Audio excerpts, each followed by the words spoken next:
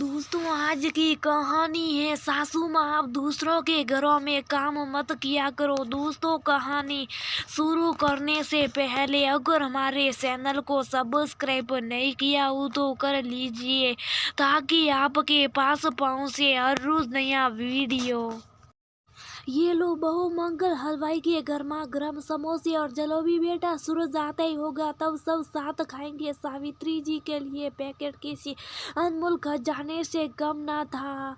माँ आप उधार में समोसे जलेबी लेकर आइए। मैंने अभी मंगल हलवाई के यहाँ समोसे जलेबी मंगवाने फोन किया था, तब उन्होंने कहा आपकी सास अभी सामान लेकर गई है, उनके पास पैसे नहीं थे तो हमने उधार दे दिए। हिसाब में 150 लिख लिए हैं। इतना सुनती मैं तो शर्म से पानी पानी होगी। रंजीता ने अपनी सास से कहा, बहू ऐसे सिलाकर क्यों बात कर रही हो? बेटे से लेकर कल उधार चुका दूंगी। मैं शेयर करते करते मंदिर चली गई थी। आते आते मुझे मंगल हलवाई की दुकान दिखाई पड़ी। अनियास ही मेरे पैरवा चल पड़ी। आज सूरज का जन्मदिन जो है, सूरज को मंगल हलवाई के समोसे जलेबी काफी पसंद है।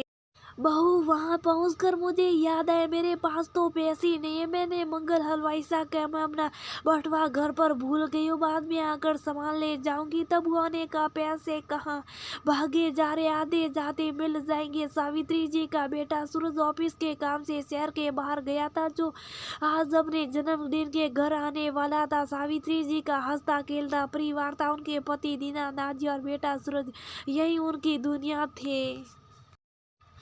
लेकिन दीनानाथ जी की लंबी बीमारी के चलते खुशियां उनके आंगन से सजा सजा के लिए अलविदा कहकर चले गए। दीनानाथ जी रोता बिखरता परिवार छोड़कर संसार से चले गए और पीछे छोड़ गए ढेर सारा कर्ज जो उनके इलाज के लिए लिया गया था। सावित्री जी मन से टूट चुकी थी। उनके अपने जीवन के सहारा और घना अंधकार दिखाई दे रहा था, लेकिन बेटे का मुंह देखकर जीवन की जंग लेने तैयार थी। सावित्री जी को कर्ज चुकाने के लिए मकान बेचना पड़ा और बेटे की परवरिश के लिए दूसरों के घर बर्तन झाड़ू का काम करना पड़ा, क्योंकि वह पढ़ी लिखी भी नहीं थी। सावित्री जी ने दिन रात कड़ी मेहनत से सूरज का दाखिला एक अच्छे स्कूल में कराया। लोगों के घर काम करती, रात को सिलाई का काम भी करती। सूरज ने भी उनकी मेहनत का मान रखा, पर मन लगाकर पढ़ाई लिखाई करता। हर साल अव्वल आता। स्कॉलरशिप की बदौलत उसने आगे की पढ़ाई पूरी कर ली। सूरज अच्छी नौकरी की तलाश में था और जल्दी उसे एक मल्टीनेशनल कंपनी में नौकरी मिल गई। सावित्री जी ने अभी भी दूसरे के घरों में काम करना नहीं छोड़ा था। एक दिन सूरज माँ से कहता, माँ आपको दूसरों के घरों में काम करने की क्या जरूरत है? सावित्री जोश कर फूली नहीं समाती कि उनका बेटा उनके बारे में कितना फिक्र करता है। लेकिन उन्हें क्या पता था कि जिस काम के बल पर उन्होंने सूरज की परवरिश की, अच्छा पढ़ा लिखा अब पढ़े लिखे बेटे की दृष्टि में शर्मिंदगी का कारण बन चुका था, क्योंकि ऑफिस में काम करने वाली रंजीता नाम की लड़की से उसे प्यार हो गया था। वो दोनों शादी करना चाहते थे, लेकिन रंजीता ने सूरज के सामने एक शर्त रखी, तुम्हारी माँ को दूसरों के घर काम करना छोड़ना होगी, मेरी क्या इज्जत रह जाएगी? लोग क्या कहेंगे? रंजीता ऐसे घर में जा रही है जहाँ उसके साथ दूसरों के घरों में काम कर 4 पैसे कमाती है। सावित्री जी ने भी सोचा, बेटा 4 लोगों में उठेगा बेटा का और वह दूसरों के घर काम करेगी तो बेटी की इज्जत खराब होगी, इसलिए उन्होंने काम छोड़ दिया।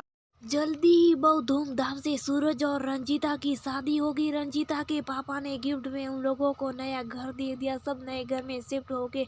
रंजीता अपनी सास को कुछ समझती नहीं थी और उसे अपने घर में सास पुराने फर्नीचर की तरह लगती। सफेद चादर में बदनुमा दबा साल भर बाद दोनों एक बेटी के माता पिता भी बन गए। सूरज अपनी माँ को कभी कुछ पैसे देना चाहता भी तो रंजीता कहती, माँ को पैसे देने की क्या जरूरत है, तीनों टाइम खाना हम दे देते हैं। डॉक्टर के पास भी लेकर जाते, जरूरी का सामान लाकर देते तो वह रुपये का क्या करेगी? बेकार में या वह दान करती रहेगी। आज उधार में कुछ सामान लेकर आने पर बहू सावित्री जी को खरी खुटी सुना रही थी। अभी पिछले महीने तो पास की दुकान में 20 की उधारी कराई थी। बच्ची मुन्नी को चिप्स कुरकुरे दिलाने आपको 20 की उधारी करते शर्म नहीं आई? बहू ने गुस्से से कहा।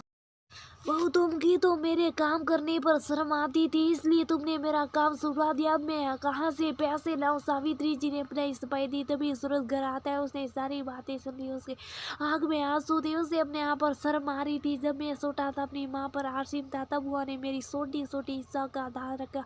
मैं मंगल हलवाई की दुकान से बचपन में कितनी उधारी करके आता, पर माँ कभी शर्मिंदा नहीं होती थी। वह आगे पीछे जैसे तैसे उधारी चुका देती। मैं 2 समोसे लेकर आता था, वह देनी मुझे खिला देती थी, कहती थी समोसे मुझे पसंद नहीं। और आज मेरे रहते मेरी माँ को उधारी करनी पड़ी, और वो भी मेरी खुशी के लिए। सूरज का मन आत्मग्लानि से भर गया। वह अपनी माँ के पैरों में गिर गया। माँ, मुझे माफ़ कर दीजिए। आपने मुझसे कभी कुछ नहीं मांगा, और मैंने भी आपकी ज़रूरतों को समझा नहीं। अब से मैं आपको हर महीने 5,000 दूंगा। माँ, आप जैसे चाहे खर्च कर सकती है, मेरी कमाई पर आपका भी अधिकार है। नहीं बेटा, मुझे कुछ नहीं चाहिए, बस तुम लोगों के दिल में अपने प्रति प्यार और समाज साथी हो। सावित्री जी ने बेटे के सिर पर हाथ रखते हुए कहा। रंजीता को भी अपनी गलती का एहसास होता, और वह भी सावित्री दिल से माफी मांगती है। दोस्तों, माँ बाप बच्चों को पालने में अपना सब कुछ लगा लेते हैं, और बच्चे से कुछ उम्मीद भी नहीं रखती। पर यदि बच्चे अपनी कमाई का एक छोटा सा हिस्सा भी उन्हें देते तो उनका सिर गर्व से उठ जाता। अपने बच्चों को हजारों दुआएं देते।